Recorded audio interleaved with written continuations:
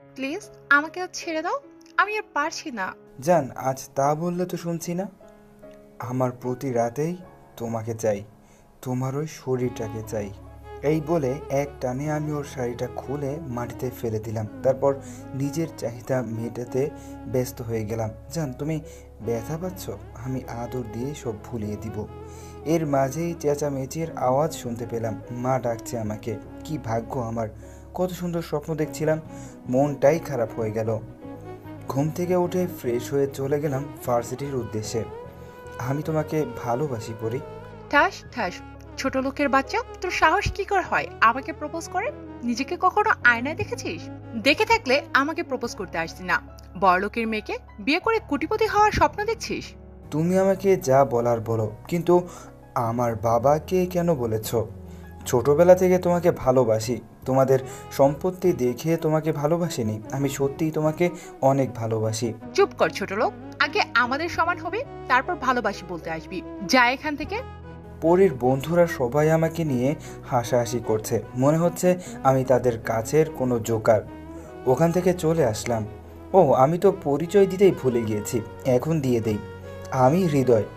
এতক্ষণ যার সাথে কথা বললাম সে হলো নাভা ইসলাম মেঘা, ডাকনাম পরি। পরি আমার ফুফাতো বোন। অবশ্য ওরা আমাদের আপনজন বলে পরিচয় দেয় না, কারণ ওর বাবা অনেক বড় লোক আর আমার বাবা সামান্য সরকারি চাকরিজীবী।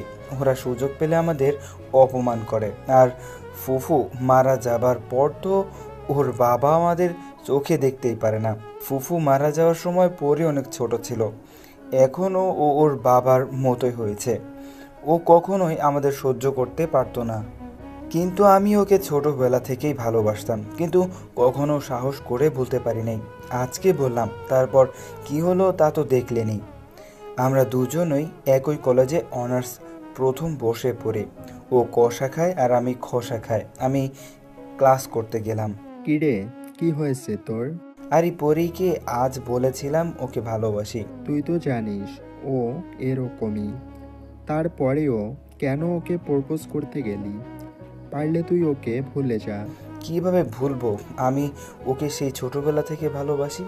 আচ্ছা, মন খারাপ করিস না।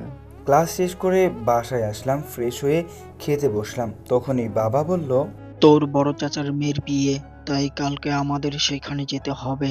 বাবা তুমি তো জানো পরিওর বাবা আমাদের সহ্যই করতে পারে না, আর সেখানে তারাও আসবে। তারপরেও আমাদের যেতে হবে। তোর বড় চাচা আমাদের অনেক করে বলেছেন, না গেলে সে কষ্ট পাবে। আচ্ছা ঠিক আছে, যাব। তারপর খেয়ে দিয়ে রুমে আসলাম। আমার বাবারা 3 ভাই 2 বোন। তাদের ভেতরে আমার বাবা মেঝো, আর পরি হলো আমার বড় ফুপির মেয়ে। একটা অসুখের কারণে বড় ফুফু মারা গিয়েছে, তখন পরি ছোট ছিল। আমি রুমে শুয়েছিলাম, তখনই ছোট বোন সিনহা এসে বলল, ভাইয়া, তুমি আর পরি আপু তো একই কলেজে পড়ো। আপু তোমার সাথে কথা বলে না? না। তুমি যে আপুকে ভালোবাসো তা বলেছো? আজকে বলেছি, কিন্তু বিনিময় থাপ্পড় দিয়েছে আর অনেক কথাও বলেছে। মন খারাপ করো না ভাইয়া, দেখো একদিন পরি আপু তোমার ভালোবাসা ঠিকই বুঝবে। জানি না রে সেদিন কখনো আসবে কিনা, কিন্তু ভাবছি আমরা ওখানে গেলে ওরা আমাদের অনেক অপমান করবে। ওখানে যাওয়ার পর সব সময় ওদের থেকে দূরে দূরে থাকবি, ওদের সাথে কোনো কথা বলবি না। ঠিক আছে ভাইয়া। আচ্ছা যা, এখন ঘুমা। বিকালে ঘুম থেকে উঠে বন্ধুদের সাথে আড্ডা দিতে গেলাম। আমাকে দেখেই জুয়েল বলল, কিরে, তোর মন খারাপ কেন? কি হয়েছে? কালকে বড় চাচার মেয়ের বিয়েতে যেতে হবে, আর সেখানে পরীরাও আসবে, আর ওরা তো আমাদের দেখলেই অপমান করবে, তাই নিয়েই চিন্তায় আছি। তারপর চা খেতে লাগলাম আর সবাই মিলে আড্ডা দিতে লাগলাম। সন্ধ্যায় বাসায় গেলাম, রাতেই সবাই সব কিছু গুছিয়ে নিবে, আমরা সকালেই রওনা দিব। তারপর রুমে এসে সব কিছু গুছিয়ে ব্যাগে ভরলাম।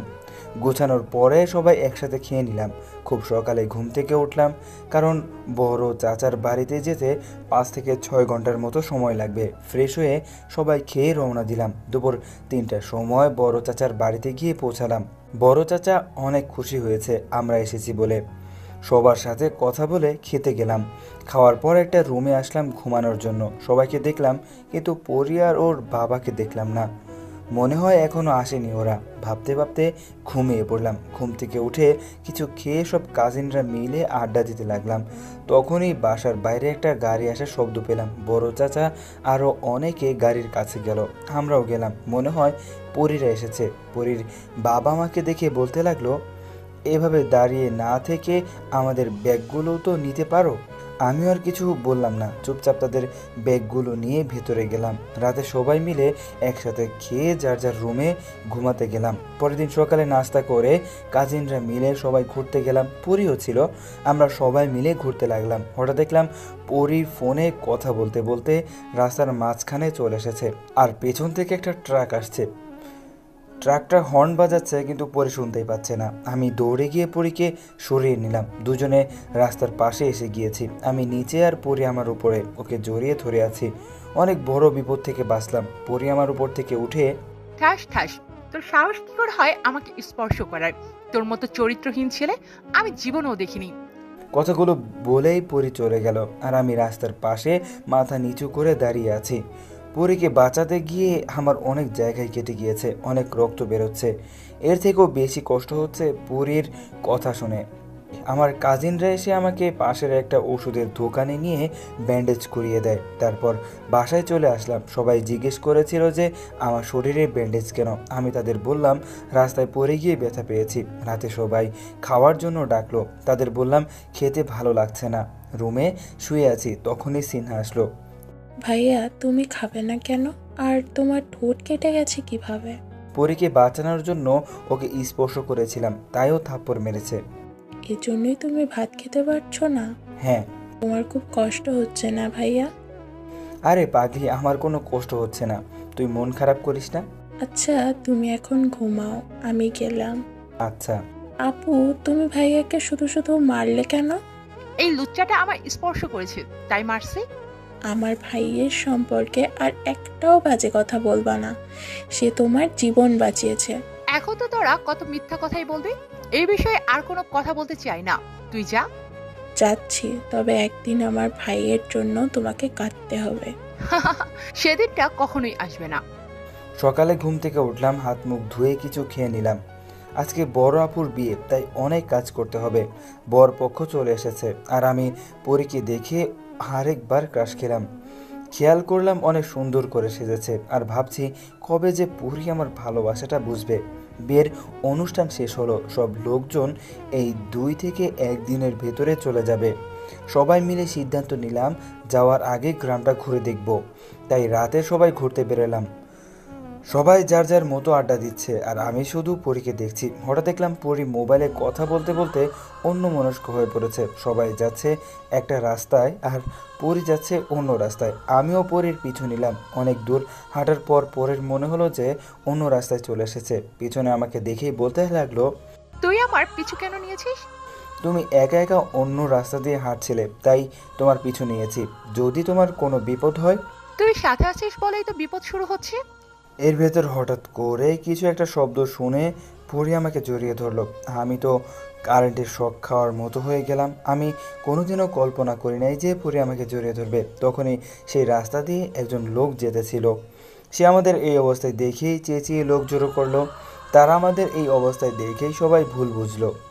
আমরা তাদের বোঝাতে চেষ্টা করলাম, কিন্তু ব্যর্থ হলাম। অনেক লোক জড়ো হলো। আমাদের বাসায় খবর দেওয়া হলো। বড় চাচা, আমার বাবা, পরীর বাবা, বাসার সবাই এসেছে। বড় চাচা, আমার বাবা, পরীর বাবা, তাদের মান সম্মানের ব্যাপার, তাই সবাই মিলে সিদ্ধান্ত নিল যে আমাদের বিয়ে দিয়ে দিবে। কিন্তু পরী আমাকে কিছুতেই বিয়ে করতে রাজি হচ্ছে না। তখন এই পরীর বাবা বলল, দেখ মা, তুই যদি বিয়ে না করিস তাহলে আমার মান সম্মান বলতে কিছুই থাকবে না। আর তাছাড়া আমি এতদিন শুধু শুধু ঈদের বাবাকে অপমান করে এসেছি। তাকে তো অপমান করার পরও সে আমাকে তার বোনের জামাই হিসেবে সম্মান করে। আর হৃদয় অনেক ভালো ছেলে, দেখবি ও তোকে অনেক সুখে রাখবে। বাবা, আমি ওকে কিছুতেই বিয়ে করতে পারবো না। তুই যদি এই বিয়ে না করিস তাহলে আমার আত্মহত্যা ছাড়া কোনো পথ থাকবে না। তারপর পরি বাধ্য হয়েই বিয়েতে রাজি হলো। কাজী ডেকে আমাদের বিয়ে পড়ানো হলো। সবাই মিলে আমাদের বাসর ঘর সাজিয়ে দিল। রাত 12টার সময় বাসর ঘরে প্রবেশ করলাম। ছোট লোকের বাচ্চা, তুই আমার জীবনটা নষ্ট করে দিয়েছিস। তুমি আমাকে যা বলার বলো, কিন্তু আমার বাবাকে কেন গালি দিচ্ছ? তোকে কে বলেছে আমার পিছু পিছু যেতে? তুই যদি না আসতি তাহলে এসবের কিছুই হতো না। সব কিছু ভুলে গিয়ে চলো আমরা নতুন করে শুরু করি। তুই আর একটা কথাও বলবি না? আমি তোকে কখনোই স্বামী হিসেবে মেনে নিতে পারবো না। শুধু বাবার মুখের দিকে তাকিয়ে তোকে বিয়ে করেছি। 6 মাস পর তোকে ডিভোর্স দিয়ে আমি রাব্বিকে বিয়ে করব। তোমার বয়ফ্রেন্ড আছে আগে তো বলনি। তুই কে যে তোকে বলতে হবে?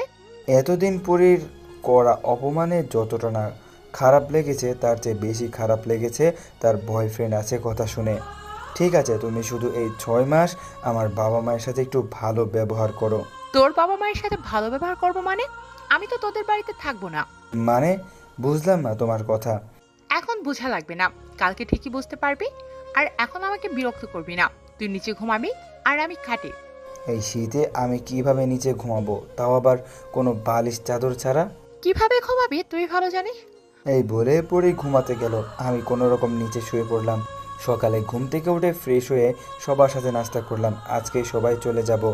নাস্তা করার পর পরই আমার বাবাকে বলল, বাবা, বলেছিলাম কি আমাদের পড়াশোনা তো এখনো শেষ হয় নাই। আর আপনাদের বাসা থেকে আমাদের কলেজ অনেক দূর। তাই বলছিলাম কি আমাদের পড়ালেখা শেষ না হওয়া পর্যন্ত যদি আমরা আমাদের বাড়িতে থাকি তাহলে আপনার কোনো আপত্তি আছে? যদি আপনার আপত্তি থাকে তাহলে থাকবো না, কিন্তু এতে আমাদের দুজনের পড়াশোনার জন্য ভালো। আপনি একদমই চিন্তা করবেন না বাবা, আমি সবসময় ওর খেয়াল রাখবো। একদম চিন্তা করবেন না, আপনার ছেলে আমাদের এখানে ভালোই থাকবে। তোমরা থাকতে আর কিসের চিন্তা? আমি শুধু তাদের কথা শুনতে থাকলাম, কিছুই বলতে পারলাম না, কারণ এখানে আর আমার কথার কোনো গুরুত্ব নেই। পরি এমনভাবে সবাইকে বলল যে আমার কথা কেউ বিশ্বাস করবে না। এর জন্যই রাতে পরি এভাবে বলেছিল। বড় চাচার বাড়ি থেকে যে যার মতো চলে গেলাম, আর আমি পরির সাথে ওদের বাড়িতে আসলাম। পরি আমাকে ওই রুমে নিয়ে গেল। রুমে নিয়ে বলল, আজ থেকে আমার সব কথা তোকে শুনতে হবে। যদি না শুনিস তাহলে বুঝতে পারছিস যে কি হবে। এর জন্যই বুঝি আমাকে এখানে নিয়ে এসেছো? তুই যা ভাবতে পারিস। আমিও দেখব তুমি আমাকে কত অপমান করতে পারো। তোমার অপমান আমি তোমার ভালোবাসা হিসেবে নিব। আর কখনো আমার সামনে ভালোবাসার কথা বলতে আসবি না। তোকে কতবার বলবো আমি তোকে ভালোবাসি না। ভালো তো তোমাকে একদিন বাসতেই হবে। সেদিন কোনোদিনই আসবে না। এই বলে পরি চলে গেল। রাতে খেয়ে ঘুমাতে গেলাম। পরি খাটে আর আমি নিচে শুয়ে আছি। সকালে পরির আগেই আমি ঘুম থেকে উঠলাম। পরির দিকে তাকিয়ে দেখি ও এখনও ঘুমিয়ে আছে। ঘুমন্ত অবস্থায় পরীকে অনেক সুন্দর লাগছিল। চুলগুলো পরির মুখের সামনে এসে পড়েছে। আমি একবার ভাবলাম চুলগুলো সরিয়ে দিব, তারপর আবার মনে হলো পরি যদি জেগে যায় তাহলে তো আমাকে ভুল বুঝবে। যা হওয়ার হবে, আমি তো পরির স্বামী, বাইরের তো কেউ না। আর ও এখন ঘুমিয়ে আছে। পরীর চুলগুলো সরিয়ে দিলাম। পরীকে এত কাছ থেকে কখনোই দেখি নাই, তাই আর লোভ সামলাতে পারলাম না। পরীর গালে একটা কিস করে দিলাম, আর তখনই পরী জেগে গেল। ঠাস ঠাস, কুত্তার বাচ্চা, তোর সাহস কি করে হয় আমাকে কিস করার? আমি ইচ্ছে করে করিনি, কিভাবে যে হয়ে গেল। চুপ কুত্তার বাচ্চা, তোর মতো লুচ্চা বদমাইশ এছাড়া আর কি করতে পারি? আর কখনো তুই আমাকে স্পর্শ করবি না। এই বলেই পরি চলে গেল। নাস্তা করে আমাকে রেখেই গাড়ি নিয়ে কলেজে চলে গেল। তারপর আমি আমার মতোই কলেজে গেলাম। কলেজে বন্ধুদের কাউকেই বলি নাই আমার আর পরির ব্যাপারে। কলেজে গিয়ে দেখি পরি ওর বন্ধুদের সাথে আড্ডা দিচ্ছে। ওর ছেলে বন্ধুরা ওর গায়ে পড়ছে, কিন্তু পরি কিছুই বলছে না। আড্ডা দিবে ভালো কথা, তাই বলে ছেলেরা গায়ে পড়বে আরও কিছুই বলবে না? আগে হলে মেনে নেওয়া যেত, কিন্তু এখন তো ও অন্য কারোর বউ। না, আমি আর এসব দেখতে পারছি না। সোজা পরীর কাছে গিয়ে বললাম, পরী, তোমার সাথে আমার কথা আছে। এই ছোট লোকের বাচ্চা, আমার সাথে তোর আবার কিসের কথা? যা বলার এখানেই বল। তুমি তোমার বন্ধুদের সাথে আড্ডা দিচ্ছ ভালো কথা, তাই বলে তারা তোমার গায়ে পড়বে আর তুমি কিছুই বলবে না? এই কুত্তার বাচ্চা, আমি যা করি তাতে তোর সমস্যা কি? কিন্তু তোমার ওই বন্ধুদের আমার মোটেই সুবিধার মনে হচ্ছে না। পরি, এই ছেলেটাকে যে আমাদের খারাপ বলছে। তুমি রাগ করো না রাব্বি, ওরা গরিব বলে আমার বাবা ওকে আমাদের বাসায় এনে লেখাপড়া করেছে। আমি এখনই ওকে মজা বোঝাচ্ছি। ঠাস ঠাস, কুত্তার বাচ্চা, তোর সাহস কি করে হয় রাব্বিকে খারাপ বলার? দূর হ আমার চোখের সামনে থেকে, আর কখনো আমার সামনে আসবি না। আমি সেখান থেকে চলে আসলাম মাথা নিচু করে। আমি তো পরীকে ভালোবাসি, তাহলে আমার সাথে এত খারাপ ব্যবহার করে কেন? সকালের থাপ্পড়ের কারণে ঠোঁট কেটে গিয়েছিল, এখন আবার একই জায়গায় থাপ্পড় দেওয়ার ফলে অনেক রক্ত বের হয়েছে। ক্লাসে যাওয়ার পর জুয়েল বলল, কে রে, তোর ঠোঁট কেটে রক্ত বের হচ্ছে কেন? আসার সময় রাস্তায় পড়ে গিয়েছিলাম। আমার কাছে মিথ্যা বলিস না, কি হয়েছে বল। তারপর ওকে সব বললাম। চিন্তা করিস না, এখন তো পড়ি তোর বউ, দেখবি সব ঠিক হয়ে যাবে। বউ কিন্তু 6 মাস পর আমাকে ডিভোর্স দিয়ে রাব্বিকে বিয়ে করবে। তার আগেই ও তোর ভালোবাসা বুঝবে। ক্লাস করে সবাই চলে আসলাম। পুরী এখনো আসেনি, আর ওকে কলেজেও দেখিনি। পুরীর বাবা ব্যবসার কাজে বিদেশে গিয়েছেন বলে পুরী যা খুশি তাই করছে। রাতে পুরী বাসায় আসলো। এত রাত করে বাসায় আসলে কেন? আমার বাসা, আমি যখন খুশি আসবো, তাতে তোর কি? আমি তোমার স্বামী। তোকে বলিস না আমি তোকে স্বামী হিসেবে মানি না? তারপর তুই কেন বারবার আমাকে বিরক্ত করিস? তোর জন্য রাব্বি আমার উপর আজকে অনেক রাগ করেছে। তোকে তো 6 মাস পর ডিভোর্স দিয়ে দেব, তাও কেন আমাকে তোর বউ বলিস? কিন্তু তুমি এখন আমার বউ। তুমি কখন কোথায় যাবে, কি করবে, আর কার সাথে দেখা করবে, তার কারণ আমাকে বলতে হবেই। তোকে এক কথা কতবার বলবো, তুই আমার বিষয়ে নাক গলাবি না? এই বলেই পরে রুমে চলে গেল। আমি ভালো মনে হয় একটু বেশিই বেসেছিলাম, তাই হয়তো এখন কষ্টটা একটু বেশিই পাচ্ছি। ও আমাকে এত ভালোবাসে যে আমার প্রতি ওর ভালোবাসা থাপ্পড়ের মাধ্যমে প্রকাশ করে। থাপ্পড়ের কারণে যতটা না কষ্ট পাই, তার থেকে বেশি কষ্ট পাই যখন ও রাব্বির সাথে থাকে। রাতে আর খেতে পারলাম না, কি করে খাবো? পরে থাপ্পড়ের কারণে ঠোঁটের অনেকখানি কেটে গিয়েছে। সকালে ঘুম থেকে ওঠার পর ফ্রেশ হয়ে নাস্তা করে কলেজে গেলাম। পরি আমার আগেই চলে গিয়েছে। কলেজে গিয়ে দেখি পরি ওর বন্ধুদের সাথে আড্ডা দিচ্ছে, আর রাব্বি পরির কাঁধে হাত রেখে কথা বলছে।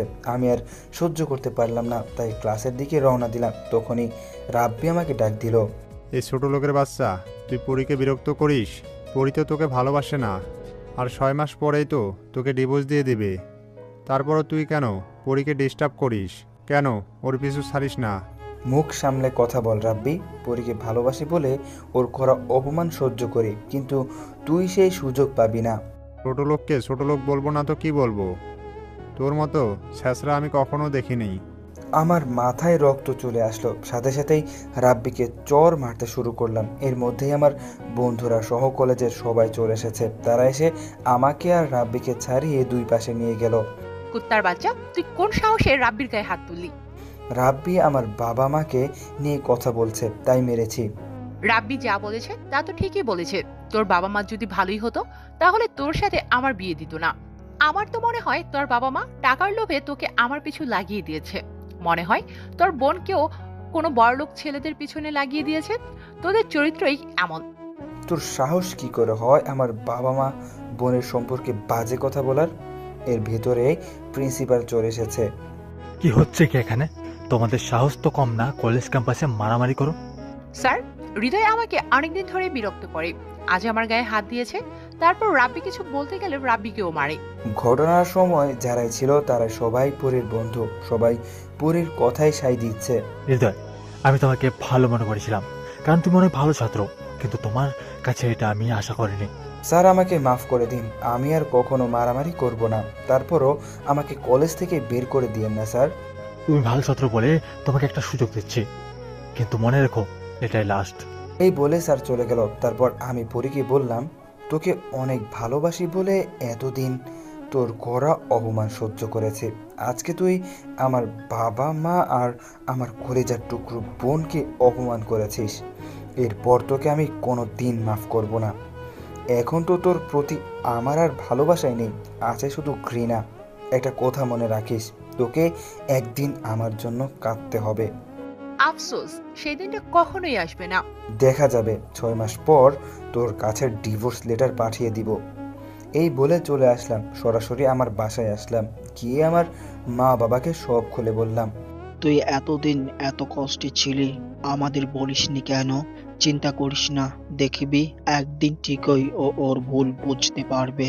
যাক, এতদিনে ছোট লোক পিছু ছাড়লো, এখন থেকে শান্তিতে থাকতে পারবো। কেমন আছো বাবা? ভালো আছি মা, তুই কেমন আছিস? ভালো বাবা। তা তোমার তো আর কিছুদিন পরে আসার কথা ছিল। মা, কাজ তাড়াতাড়ি শেষ হয়ে গেলে তাই চলে আসলাম। তা তুই একা কেন? হৃদয় কোথায়? ও চলে গেছে। চলে গেছে মানে? এ তুই কি করছিস? তুই ওর সাথে এমনটা কিভাবে করতে পারলি? বাবা, আমি ওকে ভালোবাসি না, শুধু তোমার মান সম্মানের জন্য ওকে বিয়ে করেছি। আর ওর রাব্বির গায়ে হাত তুলেছে। ভুলে যাস না ও এখন তোর স্বামী। শুধু 6 মাসের, তারপর ওকে ডিভোর্স দিয়ে দেব। তুই আবারও ভুল করছিস। মেয়েদের বিয়ে একইবারই হয়। ওর বিষয়ে আমি আর কথা বলতে চাচ্ছি না। আর তুমি চাও না আমি সুখে থাকি? বাবা, সব বাবার এই চাই তার মেয়ে সুখে থাকুক। আমি শুধু তো ভুলটা ধরিয়ে দিচ্ছি। আমি কোনো ভুল করছি না বাবা, আমি রাব্বির সাথে সুখে থাকবো। যা সিদ্ধান্ত নিবি বুঝে শুনে নিস, পরে যাতে পস্তাতে না হয়। রাতে শুয়ে শুয়ে ভাবছি কিভাবে পারলো পরি আমাকে এতটা অপমান করতে। পরের দিন কলেজে গেলাম। যাওয়ার পর জুয়েল বলল, যা হয়েছে সব কিছু ভুলে যা, তুই নতুনভাবে শুরু কর। তোর কি মনে হয় আমি দেবদাস হয়ে থাকবো? মানে? আমার মনে এখন পরির জন্য কোনো ভালোবাসা নেই, তাই এখন আর ওর কথা ভেবে কষ্ট পাবো না। আমি যেমন ছিলাম তেমনই থাকবো, আগের মতোই সবার সাথে আড্ডা দিব। ভালো বলেছিস, ওই মেয়ের জন্য কেন তুই কষ্ট পাবি? আচ্ছা এখন চল ক্লাসে যাই। চল। আমাকে দেখে সবাই অনেক অবাক হয়েছে। গতকালকে এত বড় একটা ঘটনা ঘটে যাওয়ার পরেও আজকে আমাকে কলেজে দেখেছে বলে। ক্লাস করে কলেজের ক্যাম্পাসে আড্ডা দিচ্ছি, তখনই দেখলাম পরি আর তার বন্ধুরা আমাদের সামনে দিয়ে বাইকে করে যাচ্ছে। আড্ডা দিয়ে বাসায় আসলাম। বাসায় এসে খেয়ে দিয়ে একটা ঘুম দিলাম। বিকেলে জুয়েল ফোন দিল। কি রে, কই তুই? কেন বাসায়? ও, তাড়াতাড়ি মামার চায়ের দোকানে আয়, কেন? সবাই এসেই আড্ডা দিব তাই। ওকে আসতেছি। রাত 10টা পর্যন্ত আড্ডা দিয়ে বাসায় আসলাম। বাসায় এসে খেয়ে দিয়ে ঘুমিয়ে গেলাম। এভাবে চলছিল কলেজে। আমি আর পরের দিকে তাকাইও না। এভাবে 5 মাস চলে গেল। ডিভোর্সের আর 1 মাস বাকি আছে। এতদিন যতটা সম্ভব পেরেছি পরীকে ভুলে থাকতে। এখন আর পরীর প্রতি কোনো ভালোবাসা নেই। আমি ভেবেছিলাম হৃদয় আমার জীবনে না থাকলে হয়তো আমি ভালো থাকবো। সত্যি কথা বলতে প্রথম 3-4 মাস ওর কথা একদমই মনে পড়েনি, কিন্তু আস্তে আস্তে হৃদয়কে ভীষণ মিস করা শুরু করি। যতই ডিভোর্সের দিন ঘনিয়ে আসছে ততই মনে হচ্ছে কি যেন একটা আমার কাছ থেকে চলে যাচ্ছে। এখন রাত করে বাসায় ফিরলে হৃদয়ের সেই কথাগুলো মনে পড়ে। এখন বন্ধুদের সাথে আড্ডা দিতে ভালো লাগে না, কেমন জানি সবকিছু বিরক্তকর লাগছে। কলেজের ক্যাম্পাসে বন্ধুদের সাথে আড্ডা দিচ্ছি বললে ভুল হবে। ওরা কথা বলছে আর আমি ওদের কথা শুনছি। কেন জানি আমার কিছুই ভালো লাগছে না। জানি না এমন কেন হচ্ছে। এর মধ্যেই রাব্বি বলল, কি হয়েছে পরি? আমার আবার কি হবে? না, বেশ কিছুদিন ধরে দেখছি তুমি আগের মতো আর নেই, পরিবর্তন হয়ে গেছো। ফালতু কথা বলবে না তো। আমার কোনো পরিবর্তন হয়নি, আগের মতোই আছে। আর সব সময় যে সবার মন একই রকম থাকবে তা তো নয়। রাগ কেন করছো? আমি তো জাস্ট এমনি বললাম। আচ্ছা, তুমি কি কোনো বিষয় নিয়ে চিন্তা করতেছো? না, আর তোমার এসব ফালতু কথা বাদ দাও, আমার ভালো লাগছে না। আচ্ছা, বাদ দিলাম। তারপরও রাগ করো না প্লিজ। চলো কোথাও থেকে ঘুরে আসি। আমার ভালো লাগছে না। চল পরি, সবাই যাব। আচ্ছা চল। ইচ্ছে না থাকা সত্ত্বেও ওদের সাথে ঘুরতে গেলাম আর রাব্বির কথাগুলো ভাবতে থাকলাম। আমি কি সত্যিই বদলে গেছি? কিন্তু কেন? কিছুদিন ধরে দেখছি আমি হৃদয়কে নিয়ে বেশি ভাবছি, ওকে নিয়ে বেশি চিন্তা করছি, অনেক মিস করছি। যতই ভুলে থাকার চেষ্টা করি ততই আরো বেশি মনে পড়ে যায় ওর কথা। আর কিছু ভাবতে পারছি না, মনে হয় পাগল হয়ে যাব। দেখ, জায়গাটা অনেক সুন্দর, সবাই কত আনন্দ ফুর্তি করছে, আর তুই কেন পাগলের মতো আচরণ করছিস? জানি না, আমি কিছুদিন ধরে আমার কিছুই ভালো লাগছে না। অনেক চেষ্টা করি ওকে ভুলে থাকার জন্য, কিন্তু পারি না। অনেক বেশি মনে পড়ে যায় ওর কথা। কার কথা বলছিস? হৃদয়। কি বলছিস এসব? হ্যাঁ, আমি ঠিকই বলছি। অনেক চেষ্টা করি ওকে ভুলে থাকার জন্য, কিন্তু তারপরেও কেন জানি চোখের সামনে চলে আসে। জানি না আমার এরকম কেন হচ্ছে। তুই হৃদয়কে ভালোবেসে ফেলেছিস? কি বলছিস সেসব? আমি ওকে কখনোই ভালোবাসবো না। আমি তো রাব্বিকে ভালোবাসি। তুই মুখে বলিস সে কথা, কিন্তু তোর পরিবর্তন বলে দিচ্ছে তুই হৃদয়কে ভালোবাসিস। না, এটা কখনোই হতে পারে না। তুই বিশ্বাস না করলেও এটা সত্যি। পরি অনেক সময় ওখানে থাকার পর সবাই চলে আসলাম। পরি চলো, তোমাকে বাসায় দিয়ে আসি। চলো। পরি, সন্ধ্যায় তৈরি থেকো, আমি তোমাকে নিয়ে যাব কোথায়? পার্টিতে। আচ্ছা, আমি রেডি থাকবো। বাসার ভিতরে চলে আসলাম। এতক্ষণ যাও ভালো ছিলাম, বাসায় আসার পর আবার মন খারাপ হয়ে গেল। তুই কোনো কিছু চিন্তা করিস না মা। না বাবা, আমার কিছু হয়নি, আমি রুমে গেলাম। আচ্ছা, যা রুমে গিয়ে বিশ্রাম নেই, ভালো লাগবে। সন্ধ্যার পার্টিতে যাওয়ার জন্য তৈরি হলাম। এর ভিতর রাব্বি ফোন দিল। নিচে নেমে ওর সাথে পার্টিতে গেলাম। আগে পার্টিতে আসলে অনেক আনন্দ ফুর্তি করতাম, কিন্তু আজকে কিছুই ভালো লাগছে না। সবাই আনন্দ ফুর্তি করছে আর আমি এক জায়গায় বসে আছি। পরি চলো, ড্যান্স করি। আমার ভালো লাগছে না। আরে চলো, অনেক ভালো লাগবে। দেখো সবাই ড্যান্স করছে। আমি করব না, প্লিজ আমাকে জোর করো না। তোমার কি হয়েছে আজ পরি? বেশ কিছুদিন ধরে তোমার আচরণ আমার কাছে কেমন জানি লাগছে। বললাম তো আমার কিছুই হয়নি, আর এখন ডান্স করতে ভালো লাগছে না। তোমার শরীর আজকে ভালো লাগছে না তা কিন্তু না। যখন সবাই মিলে আড্ডা দেই তখনও তুমি মনমরা হয়ে থাকো। আর ওই দিন তুমি ঘুরতেও যেতে চাওনি। আর তার থেকে বড় কথা হলো তুমি আগের মতো আর আমার সাথে কথা বলো না। আমার তো মনে হয় তুমি কোনো বিষয় নিয়ে চিন্তিত। আমাকে আর বিরক্ত করো না তো, আমাকে একটু একা থাকতে তো প্লিজ। আচ্ছা তুমি থাকো। রাব্বি চলে গেল, একটু পর আবার এসে বলল, আসো ড্রিঙ্কস করি। আমার ভালো লাগছে না আজকে। রাব্বি প্লিজ আমাকে বিরক্ত করো না। আমি কিছু বললেই তো এখন ভালো লাগবে না। মন তো এখন অন্য জায়গায় পড়ে আছে। মানে কি বলতে চাইছো তুমি? যা বলছি ঠিকই বলছি। এতদিন হৃদয়ের সাথে এক রুমে থেকে অনেক মজা করেছো, তাই তো এখন হৃদয়কে ভুলতে পারছো না। চুপ করো রাব্বি, আর একটা বাজে কথা বলবে না। এখন তো গায়ে লাগবেই। তার হৃদয় তোমাকে বাসরাতে কি এমন দিয়েছিল যার জন্য ওকে এখনো ভুলতে পারছো না? ঠাস ঠাস, অনেক হয়েছে, আর একটা বাজে কথা বলবি না। তোর জন্য হৃদয়ের সাথে আমার বিয়ে হওয়ার সত্ত্বেও ওকে ভুল বুঝেছি। দিনের পর দিন ওকে অপমান করেছি, তারপরও ও কিছু বলে নাই, কারণ ও আমাকে ভালোবাসতো। আমি ওর বিয়ে করা বউ সত্ত্বেও ও আমাকে ছুঁয়ে পর্যন্ত দেখেনি। আমি ওকে ভালোবেসে ফেলেছি, অনেক বেশি ভালোবেসে ফেলেছি। আর কখনোই তুই আমার সামনে আসবি না, আর আমার সাথে যোগাযোগ করার চেষ্টা করবি না। তোর সাহস কি করে হয় আমাকে থাপ্পড় মারার? আরে তোর মতো মেয়েকে কে বিয়ে করবে যে তার স্বামীকে সবার সামনে মারে? আর তার থেকে বড় কথা হলো আমি সেকেন্ড হ্যান্ড জিনিস ব্যবহার করি না। হৃদয় পাগল ছিল বলে তোর মার খাওয়ার পরেও কিছু বলতো না। যা তো এখান থেকে। ওখান থেকে চলে আসলাম। রাতে শুয়ে শুয়ে ভাবতে থাকলাম, হৃদয় কি আমাকে কখনো মাফ করবে? ডিভোর্সের তো আর 10 দিন বাকি। ও তো বলেছিল আমার কাছে ডিভোর্স লেটারটা পাঠিয়ে দেবে। না, আমি ওকে কিছুতেই ডিভোর্স দেব না, দরকার হলে মারা যাব তবুও না। সকালে আমার সব জিনিসপত্র একটা ব্যাগের মধ্যে ভরলাম, বাসা থেকে বের হব, তখনই বাবা বলল, ব্যাগ নিয়ে কোথায় যাচ্ছিস মা? শ্বশুর বাড়িতে। মানে? আমি হৃদয়দের বাড়িতে যাচ্ছি। আমি ওকে ভালোবেসে ফেলেছি বাবা, ওকে ছাড়া আমি থাকতে পারবো না। জানি না ও আমাকে মাফ করবে কিনা। আমি ওর সাথে অনেক খারাপ ব্যবহার করে ফেলেছি বাবা, তাই ওদের বাড়িতে চলে যাচ্ছি বাবা।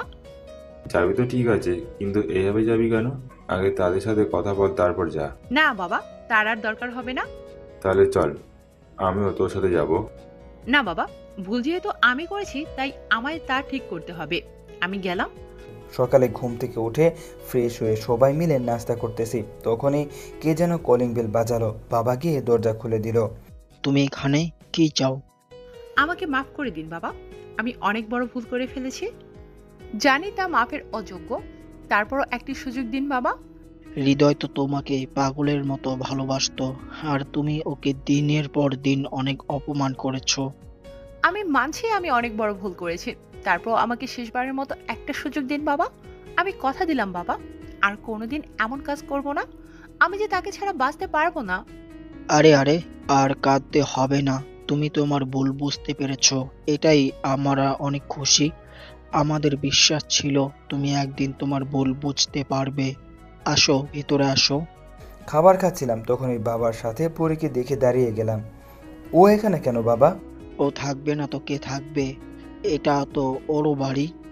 মানে? দেখ বাবা, পরি ওর ভুল বুঝতে পেরেছে, তুই ওকে মাফ করে দে। আবার নতুন কোনো প্ল্যান নিয়ে এখানে এসেছে? সাপকে বিশ্বাস করা যায়, তবুও আমি ওকে বিশ্বাস করি না।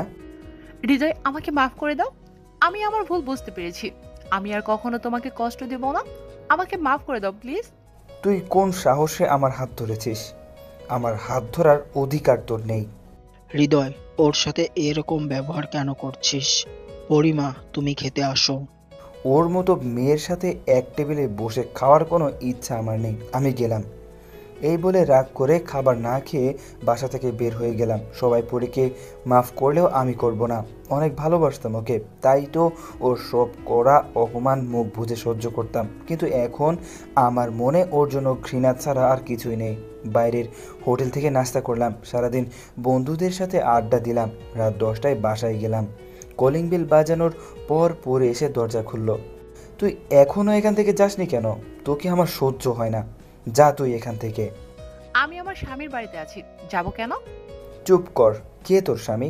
6 মাস পূরণ হলেই তোকে ডিভোর্স দিয়ে দিব। আমি অনেক বড় অন্যায় করে ফেলেছি, দয়া করে আমাকে শেষবারের মতো একটা সুযোগ দাও। আমাকে মাফ করে দাও প্লিজ। আমি আর এরকম জীবনেও করব না, কথা দিচ্ছি। আর কখনো তোমার সাথে খারাপ ব্যবহার করব না, তোমাকে কষ্ট দেব না। তুমি যা বলবে তাই করব। দরকার হলে তোমাদের বাসায় কাজের লোক হয়ে থাকবো, তারপরেও আমাকে ডিভোর্স দিও না। আমি তোমাকে ছাড়া বাঁচতে পারবো না। এবার তোর অভিনয় করা বন্ধ কর, আমি তোকে আর বিশ্বাস করি না। এই বলে নিজের রুমে যেতে লাগলাম। তখন এই বাবা বলল, তুই এত রাত পর্যন্ত বাসার বাইরে কেন ছিলি, আর এখন এসে পলির সাথে চিল্লাচিল্লি করছিস? বাবা তুমি যতই বলো না কেন, আমি আর ওর ফাঁদে পা দিচ্ছি না। চুপ কর, মেয়েটি তোর জন্য সেই সকাল থেকে না খেয়ে আছে। যা হাত মুখ ধুয়ে খেতে আয়। এটা ওর একটা ফাঁদ। দেখো কি যেন একটা মতলব নিয়ে বাড়িতে এসেছে, আর আমি বাইরে থেকে খেয়ে এসেছি, এখন খাবো না। এই বলে রুমে চলে আসলাম। অনেকক্ষণ পর পরিও রুমে আসলো। তুই এই রুমে কেন এসেছিস? বারে, এটা তো আমার রুম। তোর রুম মানে? এটা শুধু আমার রুম, তুই এখান থেকে বের হ। হৃদয় প্লিজ আমাকে মাফ করে দাও, আমি আর কখনো এরকম করব না। তোর সাহস কি করে হয় আমাকে জড়িয়ে ধরার? মনে আছে একদিন তোকে স্পর্শ করেছিলাম বলে তুই আমার গালে থাপ্পড় মেরেছিলি, ছোট লোক বলে অপমান করেছিলি, আর এখন সেই তুই আমায় জড়িয়ে ধরেছিস?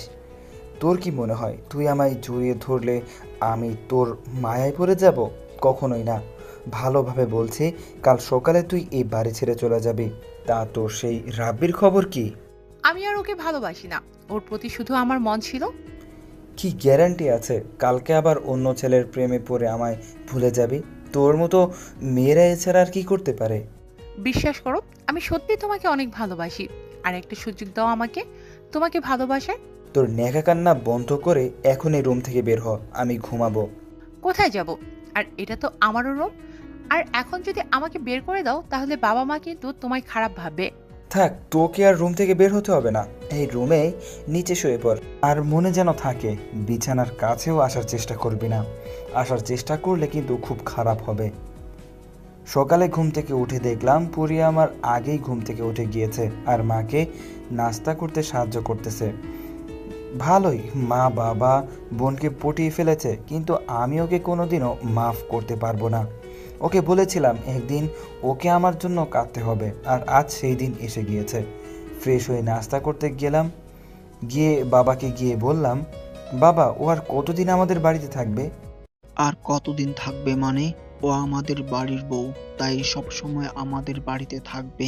কিন্তু আমি ওকে বউ হিসেবে মানি না, আর কোনোদিন মানতেও পারবো না। ও বাসর রাতে আমার কাছে ডিভোর্স চেয়েছিল, তাই 6 মাস শেষ হলে ওকে আমি ডিভোর্স দিয়ে দিব। তুমি যা বলবে আমি তাই করব। দরকার হলে তোমাদের বাড়ির কাজের লোক হয়ে থাকবো, তারপরও আমাকে ডিভোর্স দিবে না প্লিজ। তোর মতো কাজের মেয়ের আমাদের দরকার নেই। হৃদয় চুপ কর, ওর সাথে এরকম ব্যবহার কেন করছিস? আরেকটা কথা, চুপচাপ পরীকে নিয়ে কলেজে যা, আর এটা আমার আদেশ। বাধ্য হয়ে পরীকে নিয়ে কলেজে গেলাম। কলেজের কাছাকাছি আসার পর পরীকে বললাম, রিক্সা থেকে নাম। নামবো কেন? এখনো তো কলেজে আসিনি। তোর কি মনে হয় তোকে নিয়ে আমি কলেজে যাব? কখনো না। আর এখন এখান থেকে নেমে তুই তোর মতো কলেজে যাবি, আর আমি আমার মতো কলেজে যাব। খবরদার, যদি তুই কলেজে আমার সাথে কথা বলতে আসিস তাহলে খুব খারাপ হবে।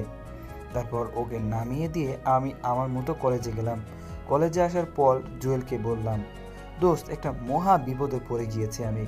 পুরি আমাদের বাড়িতে চলে এসেছে, আর বলে কিনা আমি ওর স্বামী, এটা ওর শ্বশুর বাড়ি। তার মানে পরি তোকে কি মেনে নিয়েছে? তাহলে তো আর কোনো সমস্যা থাকলো না। মাথা খারাপ হয়ে গেছে তোর? আমি ওকে কখনো ভালোবাসবো না। তুই কি ভুলে গিয়েছিস ও আমার সাথে কি কি করেছে? কিছু ভুলিনি আমি, সব কিছু আমার মনে আছে, কিন্তু তোর এটা মনে রাখতে হবে যে পরি তোর বিয়ে করা বউ, শুধু আর কিছু দিনের বউ। 6 মাস পূর্ণ হলেই তো ওকে ডিভোর্স দিয়ে দিব। মাথা খারাপ হয়েছে তোর? যখন সব কিছু ঠিক হয়ে গেছে তখন আবার ওকে ডিভোর্স কেন দিবে? ও আমার কাছে ডিভোর্স চেয়েছিল, আর এটা ওর কোনো ফাঁদ। ওকে আর আমি বিশ্বাস করতে পারছি না। হঠাৎ করে এমন কোনো সিদ্ধান্ত নিবি না যার জন্য তোকে পস্তাতে হয়। যাই হোক, এখন এসব বাদ দে তো, চল ক্লাসে যাই। চল। ক্লাস করে আমি একাই বাসায় চলে আসলাম। বাসায় আসার পর বাবা জিজ্ঞেস করলো, কি রে, তুই একা কেন? পরি কোথায়? পরের ক্লাস এখনও শেষ হয় নাই। তারপর রুমে গিয়ে ফ্রেশ হয়ে খাবার খেতে লাগলাম। খাবার খেয়ে রুমে শুয়ে আছি। অনেকক্ষণ পর আমার ঘুম ভাঙলো কোনো উষ্ণ ছোঁয়ায়। তাকিয়ে দেখি পরি আমাকে জড়িয়ে ধরে শুয়ে আছে। ওকে অনেক সুন্দর লাগছে, ইচ্ছে করছে মাথায় হাত বুলিয়ে দিতে, কিন্তু আমার মন তা বাধা দিল। আমি ওকে জোরে ধাক্কা দিয়ে আমার কাছ থেকে সরিয়ে দিলাম আর বললাম, তোর সাহস কি করে হয় আমাকে জড়িয়ে ধরার? তুমি আমার স্বামী, আর তোমাকে জড়িয়ে ধরার অধিকার আমার আছে। আর তুমি আমাকে সাথে করে নিয়ে আসলে না কেন? চুপ কর, একবারও তুই আমাকে স্বামী বলবি না। আর আমি কেন তোকে আমার সাথে করে নিয়ে আসব? আর শোন, আজকের পর থেকে আর আমাকে জড়িয়ে ধরার চেষ্টাও করবি না। তুই মাত্র আর কিছুদিন এই বাড়িতে আছিস। 6 মাস পূরণ হলেই তোকে আমি ডিভোর্স দিয়ে দিব। আমি উকিলের সাথে কথা বলেছি। দয়া করে আমাকে ডিভোর্স দিও না। আমি আর কখনো তোমাকে জড়িয়ে ধরবো না। তুমি যা বলবে তাই করব। তোর ন্যাকা কান্না বন্ধ কর আর এখন এই রুম থেকে বের হ।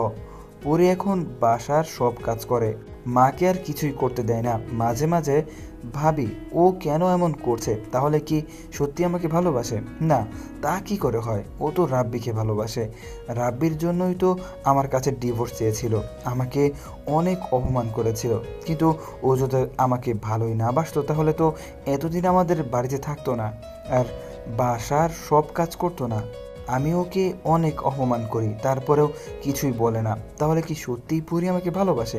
না, এটা ওর কোনো ফাঁদ। এভাবেই চলছিল। অনেক অপমান করি ওকে, তারপরও বাড়ি থেকে যায় না। ডিভোর্সের আর 2 দিন বাকি। সকালে নাস্তা করে অনিচ্ছা সত্ত্বেও পরীকে নিয়ে কলেজে গেলাম। প্রতিদিনের মতো আজকেও পরীকে কলেজের আগে নামিয়ে দিলাম। তারপর আমি আমার মতো কলেজে গেলাম। কলেজে আসার পর জুয়েল বলল, আর মাত্র 2 দিন আছে, তা কি সিদ্ধান্ত নিলি? কিছুই ভাবতে পারছি না। ওকে তো অনেক অপমান করি, তারপরও ও আমাদের বাসা থেকে যায় না।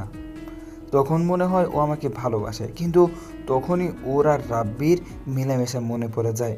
আমাকে করা ওর অপমানের কথা মনে পড়ে যায়। তখনই খুব ঘৃণা হয়। কিছুই ভাবতে পারছি না। চল ক্লাসে যাই। ক্লাস করে ক্যাম্পাসে হাঁটতেছি আর ভাবতেছি। তখনই একটা জায়গায় চোখ আটকে গেল। দেখি রাব্বি আর পরি হাত ধরে কথা বলছে আর পরি ওর সাথে কথা বলছে। এসব দেখে আমার মাথায় রক্ত উঠে গেল। পরির কাছে গিয়েই ঠাস ঠাস করে ওর গালে 2টা থাপ্পড় বসিয়ে দিলাম। এই তোর ভালোবাসা? শেষ পর্যন্ত তুই তোর আসল রূপটা দেখিয়ে দিলি। আমি আগেই বলেছিলাম তুই নতুন কোনো প্ল্যান নিয়ে আমাদের বাড়িতে এসেছিস। তোদের মতো মেয়েরা কখনো ঠিক হয় না। হৃদয় আমার। চুপ, তুই আর একটা কথাও বলবি না।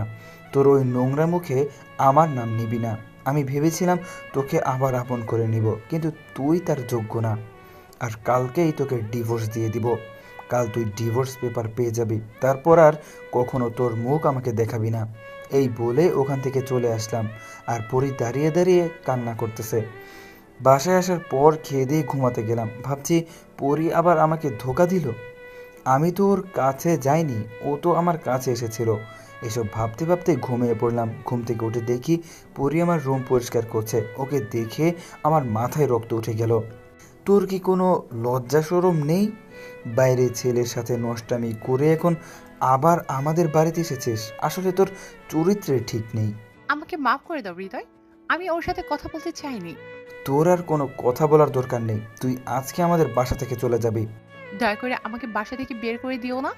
তুমি আমার কথাটা তো একবার শোনো প্লিজ। তোর কোনো কথা শোনার প্রয়োজন নেই। তুই যদি বাসা থেকে চলে না যাস, আমি নিজেকে নিজেই শেষ করে দিব। কারণ তোর সাথে একই বাসায় থাকার চেয়ে আত্মহত্যা অনেক ভালো। তোমার নিজেকে শেষ করতে হবে না, তার চেয়ে বরং আমি তোমার জীবন থেকে চলে যাই। তুমি তো আমার কোনো কথা শুনলে না। তবে একটা কথা কি জানো, আমি তোমাকে সত্যি অনেক ভালোবাসতাম। এই বলে পরি বাসা থেকে চলে গেল। পরি চলে যাওয়ার পর বাবা আমার রুমে এসে বলতে লাগলো, পরে এইভাবে চলে গেল কেন? ওকে আমি চলে যেতে বলেছি। আমাদের বাড়িতে আসা এসব ওর নাটক ছিল। ও এখনও রাব্বিকে ভালোবাসে। আজকে কলেজে রাব্বি ওর হাত ধরে কথা বলতে দেখেছি। যেটা হয় আমরা সেটা দেখি না, আর যেটা না হওয়ার সেটাই আমরা দেখি। তোরও ঠিক এমনটাই হচ্ছে। তুই পরীর সব কথা শুনতে, তারপর সিদ্ধান্ত নিতি, কিন্তু তুই তো ওর কোনো কথাই শুনলি না।